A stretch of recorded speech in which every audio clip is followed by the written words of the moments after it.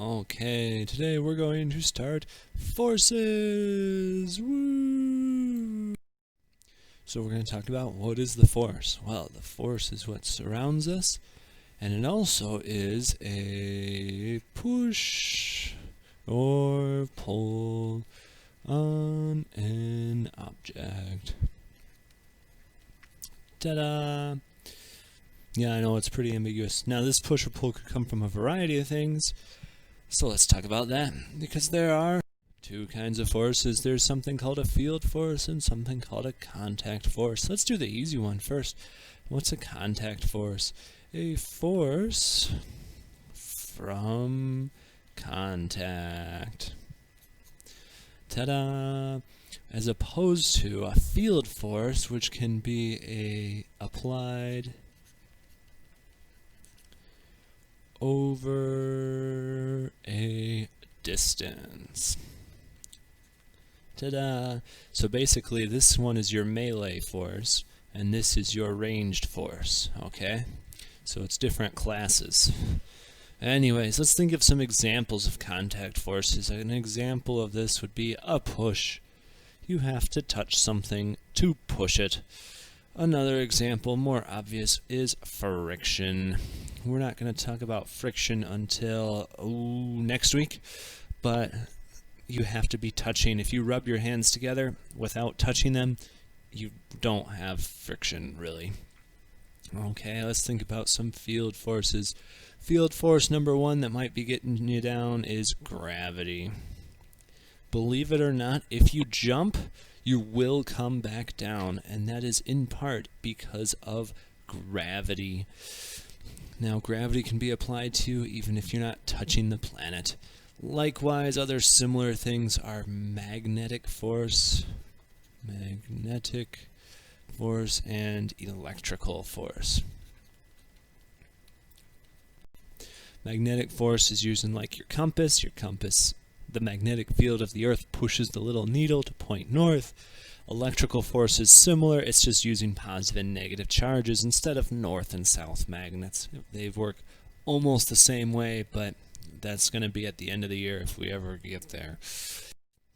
Okay, so 4 fundamental forces, alright? There are 4 forces in the universe. This is universal stuff. So strong nuclear forces is the first one. Now, strong nuclear forces works within atomic nuclei.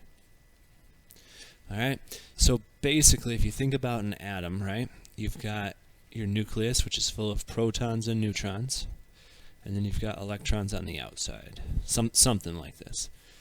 Let's see, I need one more. Okay, so there's some lithium for you. Help make you feel better. Now, you might remember that protons are positively charged. Well, if they're positively charged and they're right next to each other, they are going to hate each other. So a strong nuclear force is what holds the nucleus together, because the nucleus is full of positively charged protons and they hate each other because they repel each other. And the nuclear force is what maintains their cohesion to each other. Okay, now a limitation is this has very short distances. Alright, so this is very limited range. Like, for example, you will not be able to experience any strong nuclear forces between you and anything you touch because the distances are too great. Because whenever you touch something, you are greater than an atomic nucleus apart from that. Alright, let's talk about weak nuclear forces. This is the one that doesn't lift. So these have to deal with electrons. Alright, so what do we mean by electrons? It keeps them spinning, it puts them in their bonding orbitals, all that jazz, okay? We're not going to deal a lot with the nuclear forces, but you just need to roughly understand what they are. And obviously the weak ones are not as strong as the strong ones. Beautiful naming conventions. Electromagnetic, this is electric force and magnetic force. So what do we mean by electric? I mean those protons, they have positive charge, they want to repel. That's electric. Magnetic is if you have a magnet, north, south, it's going to be attracted to another magnet as long as the poles are opposite to each other. Ta-da. So these two together kind of form one. There's a lot of overlap, but again, we're not going to worry about it right now. But you just need to be aware of that. Okay. Something you should be aware of, though, is that these can attract or repel. It depends on which way they're arranged and the charges. Alright, let's talk about gravity. Gravity is special because it only attracts. There is no anti-gravity, in this course at least, that we are going to worry about. Gravity is also special is that it is the weakest force out of these four. Alright, give you an example. When you sit down in your chair, you are not bonded to the chair because gravity is not as strong as the weak nuclear forces that keep your molecules separate. Okay? Something else that's special about gravity is that it is the best over long distances. We mean very long distances, like to the moon. It keeps the moon going. It keeps the sun keeping the planets going. All that fun stuff. So, those are your four fundamental forces. We are going to be working with two of them a bunch and one of them not for a while. Alright, so we're going to talk about Newton's laws. You can't break these because they're the law.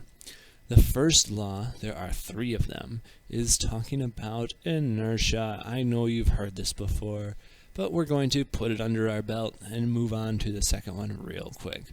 An object in motion stays in motion in a straight line. An object at rest remains at rest. And all of these are asterisk unless acted upon by a force. So basically, if you throw the ball in space, the ball will just keep going. The ball will go in a straight line forever. Now, you may have noticed that your ball does not go in a straight line because you live on Earth, which means that there is a force acting upon it which causes the ball to drop to the planet. Okie dokie. Other things to help you understand. Let's pretend you had a slingshot, like a old school slingshot, right? One where you spin it around a whole bunch of times, and then you let go and it launches. What's going to happen is it's going to go in a straight line. It is not going to be doing this as it goes because there isn't a force that can pull it that way. Alright, let's talk about number 2. Number dos is the famous F equals ma, so it's just a formula. Now, if you wanted to write this out in words, you could say that acceleration is proportional to force and inversely proportional, whatever, whoops, to mass. Or you could just remember this formula, F equals ma, that you've heard before. So let's talk about what these letters stand for. Here's an M. M stands for mass. Mass is going to be measured in kilograms. Every time you use this formula, you should be using kilograms. A stands for acceleration. Acceleration is going to be measured in meters per second squared. F stands for force. Force is going to be measured in, get this, newtons. Alright, so newtons is the unit, but something to keep in mind that a newton is just equal to a kilogram times a meter per second squared. Alright, so these two units are the same, but we like to abbreviate it because we're going to use newtons a lot in this class. Okay, so something we should also be aware of is, just to help you out, this isn't what I wrote, like acceleration is proportional to force, blah, blah, blah. So when Newton figured this out, he wrote A is equal to F over m. And that should make sense. It should make more sense this way, like physically speaking, because if you push something harder, you have a bigger force, it's going to have more acceleration, right? And if you have a bigger mass, if you push a bigger object, it's going to have less acceleration. Now, we like to use this one because it is a lot easier to write and remember, and it doesn't have a fraction, because who likes fractions, honestly? So we are going to use the F equals ma variant of this kind of stuff. But don't worry, we'll see more of this formula coming up right now. So we're going to do a practice problem with this. You push a 20 kilogram box with an 80 Newton force. What is the acceleration? So we're going to use this formula if you've ever heard of it before. F is equal to ma. F is equal to 80 because that's the newtons. M is going to equal 20, and then a is the acceleration. So that means a is going to equal 4 meters per second squared. Ta-da! Alright, so what we're often going to do is plug it into some motion stuff. This is going to happen a lot, or go in the opposite way, or whatever. So how long is it going to take to travel 17 meters? So I have an acceleration, I have a distance, I want to know a time. I think we're starting from rest. If it doesn't say, we're just starting from rest. So we're going to use d is equal to d0 plus v0 t plus 1/2 at squared. So we want to go 17 is equal to 0 plus 0 plus 1/2. Our acceleration is 4 t squared. 1/2 times 4 is 2. 17 divided by 2 is 8.5 is equal to t squared.